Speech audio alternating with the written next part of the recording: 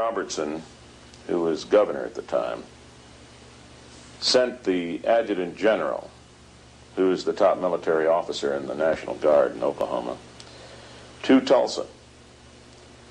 The adjutant general arrived and immediately sized up the situation as being exactly what the governor had been told by that deputy.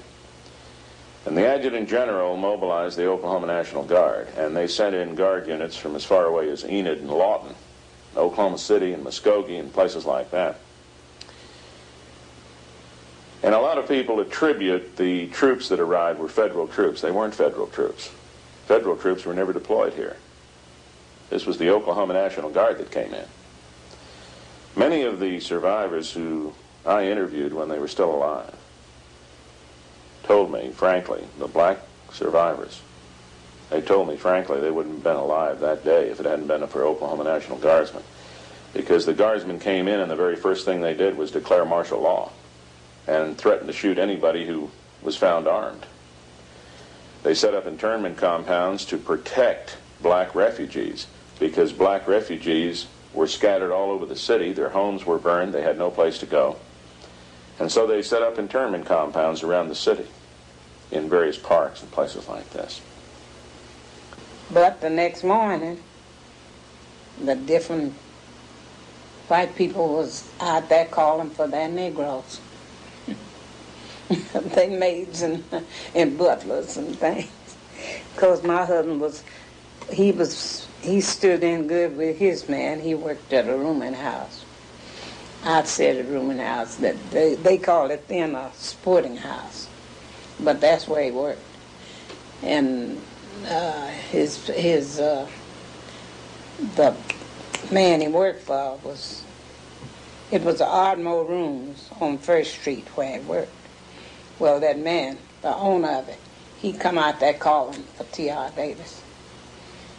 And when he found T.R., then him and T.R. come over there where I was and got me, and we went on home. So, but I didn't tell you, one of my husband's best friends was killed that day while we was in that rush. See, he told him not to run and don't get in close places because they would just shoot in that bunch. This fellow was named Willie Lockett.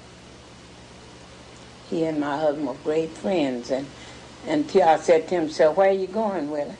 He said, "I don't know, man, so I'm just going." And he was on a horse, and they said this was one of their favorite horses of the Lockett family. So T.R. told him to be careful and stay out in the open. But he was killed that day. Every single insurance company that had a policy covering any kind of damage to homes or commercial businesses or industry cut and ran on their insurance policy because a riot wasn't included. The federal government and state governments didn't have programs in place to compensate citizens for being the victims of a breakdown of law and order.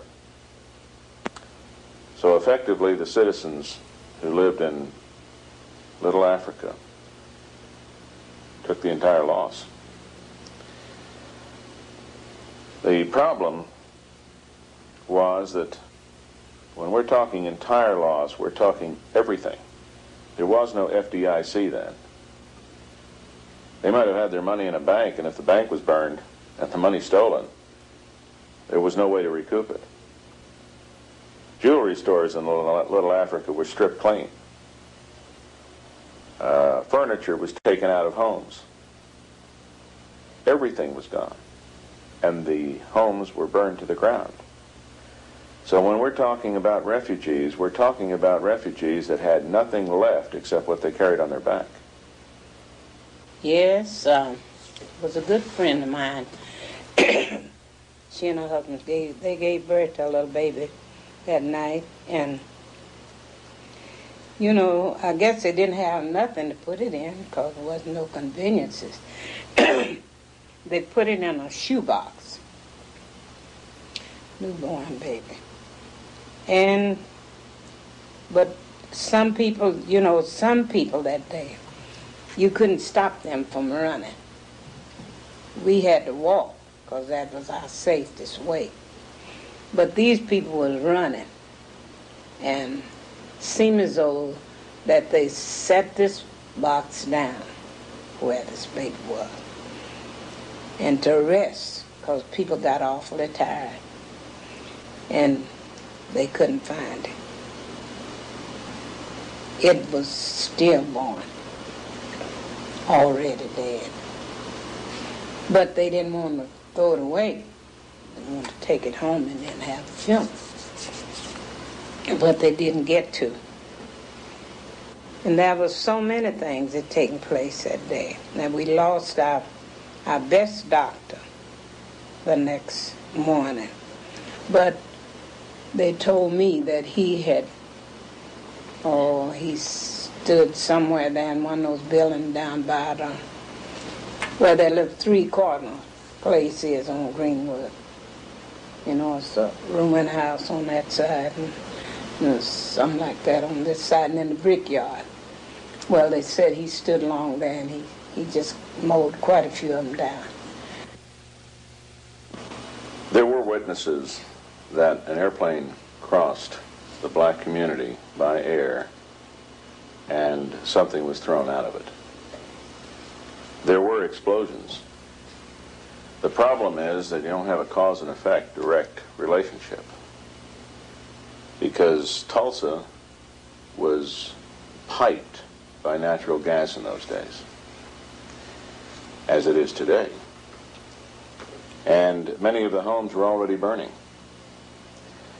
So from a more precise perspective, there isn't hard proof that a plane came over the black community and dropped bombs on the black community. However, there have been a couple of things we've been able to establish. There was a plane over the black community. There were things thrown out of it. There are some interesting conclusions you can reach from some of the available evidence. First, it wasn't a government plane. There were only about a half dozen planes in the state at that time that belonged to the government. There was no Air Force then. The Air National Guard didn't exist. And there were about a half a dozen biplanes at Fort Sill. None of them took off the ground during this period. But this was the period of barnstormers.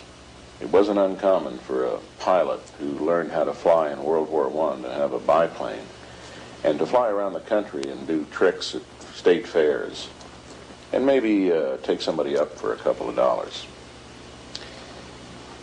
That, in all likelihood, was what happened then.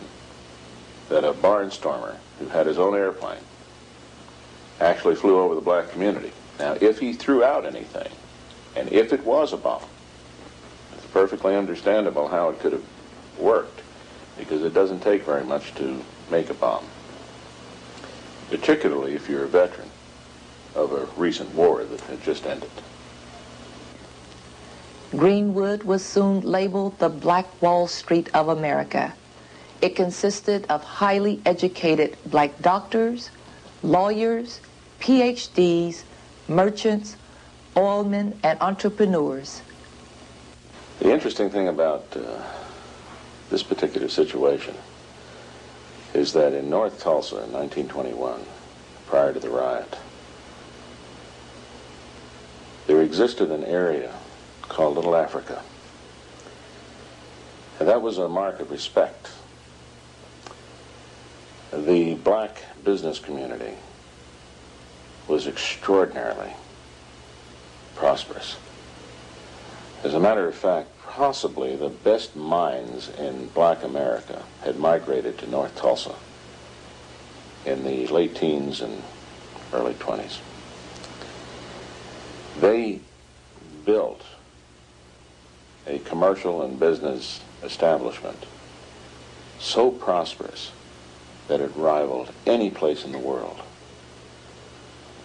In fact, the main street of Little Africa, Greenwood, was euphemistically referred to as the Black Wall Street. There were millionaires that lived there, and some of the architecture of some of the old homes in North Tulsa today represent that particular period.